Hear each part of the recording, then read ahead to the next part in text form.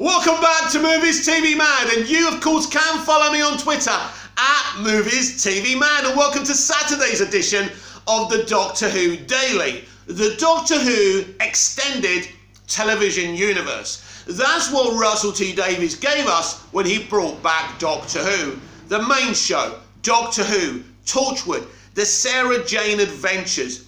Russell T Davies had seen what Joss Whedon had done with Buffy and Angel. Russell T Davies had seen what they'd done with, Star Trek in the mid-90s and early noughties, which was a huge franchise of different Star Trek TV shows, and sometimes there were even crossovers. These were the ambitions that Russell T Davies had for Doctor Who, and he did it. And no one has attempted to do it since then. Since he left, no one's attempted to do that, although they tried to do Class. Stephen Moffat did Class, which, crashed and burned. And I'm not surprised, because Russell T Davies always understood to have a successful spin-off, it must have the energy of the show. The main show must be the father or the mother or the whatever. It must have, the central characters of the spin-offs must have a friendship with the Doctor, must have an experience with the Doctor, or it doesn't work. It's not really a Doctor Who spin-off, right? And this is what RTD did really, really cleverly. So, John Barrowman's Captain Jack had a big history with the Doctor. Sarah Jane Smith had an iconic history with the Doctor, going back to John Pertwee, Tom Baker, and then they brought her back in the revival.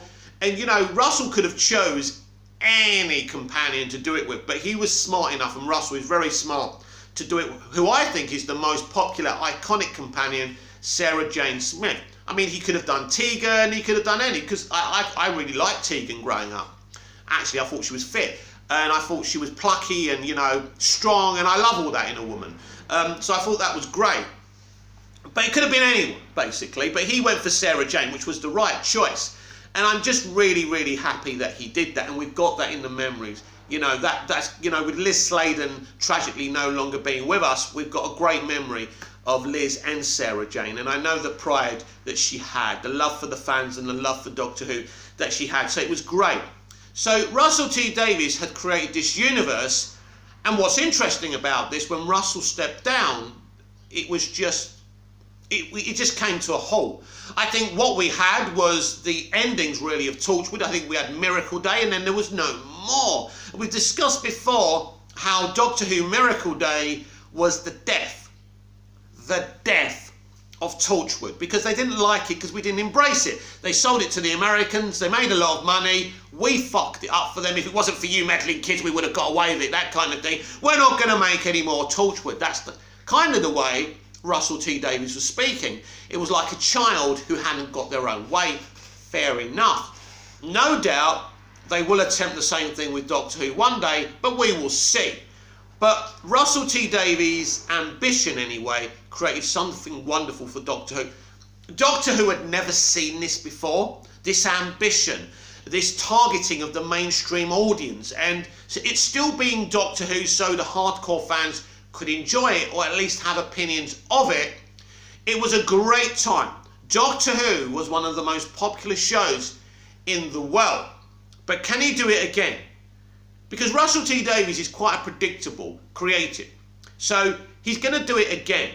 One of the biggest crimes, and we've mentioned this on the Doctor Who Daily so many times, is that Russell didn't remain in a godfather role to kind of watch over Doctor Who. He didn't do that, and it was a shame. And I think on the quiet, the BBC still spoke to him about Doctor Who when things were going wrong with the showrunners, people like Stephen Moffat. But I think now he's coming back, and as Piers Venger's already stated and teased, Russell has a big vision for Doctor Who, and I think that's it, to create another shared universe. So what kind of Doctor Who spin-offs could we see here?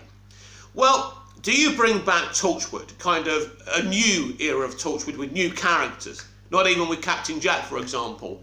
Or do you do something else? Well, the thing is with any spin-off, you're not going to be able to do spin-offs until you actually have done a season or two of Russell's Doctor Who, because he's not going to do any spin-offs of anybody else's stuff, because there's nothing really from Chibnall's era that you can use in a spin-off as far as I'm concerned. And there's, unless he wanted to use Bradley Walsh, which I think people would be up for, but would that even be interesting? Let's be honest. So, you know, when did Torchwood come? Torchwood came after the first 2 seasons of the Doctor Who revival. In fact, if you want to kind of get geeky and train spottery, if you watch Doctor Who season 3 and Torchwood season 1 alternatively, each episode alternatively, because they're pretty much happening at the same time, and then Captain Jack jumps on the TARDIS and it works. So really, after 2 seasons, we got the first Doctor Who spin-off, and it was a success. I never knew. You know, when I heard he was doing it, and I was so excited to watch it because I was so into the revival of Doctor Who back then, because Russell is just a fucking genius, right? I thought, I don't know what this show is. They're saying there's going to be arse and this and that in it, but Russell T Davies is doing this. It's going to be awesome. So I trusted the process, and the process did me right. You know, Torchwood was a wonderful show. But what I love about Torchwood, it all feeds off of what the Doctor leaving Captain Jack behind in The Parting of the Ways. I love that he's searching for him, that he's preserving his hand he lost in the Christmas invasion. I love all that. And this is what Russell T Davies does. And he's got so much variety in his writing. He could do an adult gay comedy or something. He could do Queer as Folk. But then he could do something like Doctor Who, which is very, very mainstream, or he makes it very, very mainstream. He can have children and mums together, or dads and dads together, whatever family structure you've got, or even being old-fashioned, mums and dads together. I mean, maybe there are some mums and dads out there still, you know. I'm being flippant, of course. I'm sorry. I don't mean to cause any offence. Anyway, and you never know, some people may celebrate Christmas as well. I know I do. Look, I've got my stuff up already. So, not only can he entertain people via his writing, but what I love about Russell, he's a world builder. And he was world building with Doctor Who. So then he did Torchwood, he did Sarah Jane. And I think you see the length and breadth of the Doctor Who extended television universe he did in the season 4 finale. I forgot what the title of the episode was, but they're all around the TARDIS, and they're all helping to steer the TARDIS. And I think it's sensational, and it just shows you what he created and all the wonderful characters that he created. And it's interesting looking back now at that cast and those characters, and I'm sure the opinions will be different. But that was then, and this is now. And I think Russell will look to create an extended universe again. And of course the BBC are thinking, fucking hell, this is the man to do it. He's done it before. Ka-ching! And of course, that's what television is about as well. Success, ratings, and money. And right now, Doctor Who doesn't have it. This is why they bent the knee and said, all right, Russell and Bad Wolf Productions, take the creative freedom. We don't give a shit, because we know you've got, you know, the storytelling chops to do it. And we don't, because the BBC have made the right decision for Doctor Who. If you care about Doctor Who, you let Bad Wolf Productions and Russell run it. If you don't, you persevere with Chibnall or some other, you know, person who just doesn't have the imagination or ability to do this. Russell's the only one who's been successful in world building a Doctor Who television extended universe. And of course he can do it again. He's still the same man, he's older, but he can do it again. He will do what he did before. Try and make an early evening, Saturday evening television show, and that's when it's going to be on, because that's what he's going to want. Around 7 o'clock, there was a fallout about the times the BBC were putting it on. He didn't like the 6:30 in the end, or even the 5 o'clock at times. But, so an early evening Saturday show where, you know, the children, families, you know, young adults, you know, diehards, we could all, you know, sit down, watch it, tweet about it, talk about it. And what you're going to get from Russell's era is positivity. Even if you don't like something, it won't be kind of in the way you don't like something that Chris Chibnall is doing. Because Chris Chibnall is purposely trying to trigger what he perceives as the right people. Us, straight white males. He doesn't like us, even though he is us. Although I'm not sure about certain things, so I don't want to talk about that. Anyway, let's get away from that. Did you see the shirt he was wearing in an interview the other day? Boy, I thought I wore weird shirts, but that shirt took the fucking biscuit. Wow, Chris, I actually like it. So, Russell T Davies is coming back.